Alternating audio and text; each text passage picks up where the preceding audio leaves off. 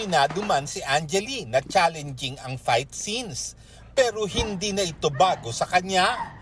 Black belter kasi sa Taekwondo si Angeli na at the young age ay nahilig na sa naturang sport.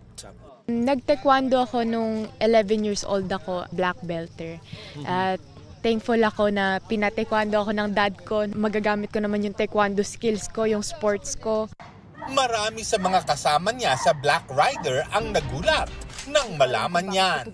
Malaki ang pasasalamat ni Angeli sa GMA dahil sa pagbibigay sa kanya ng break na mula sa sexy movies ay gumawa naman ng action drama project.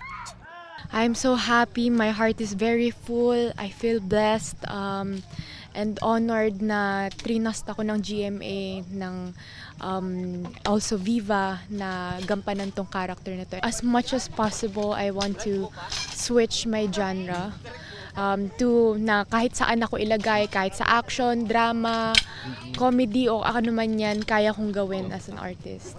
Elias, hindi ako matatakot basta nandyan ka.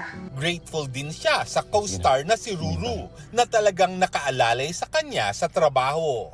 He's a very talented professional actor.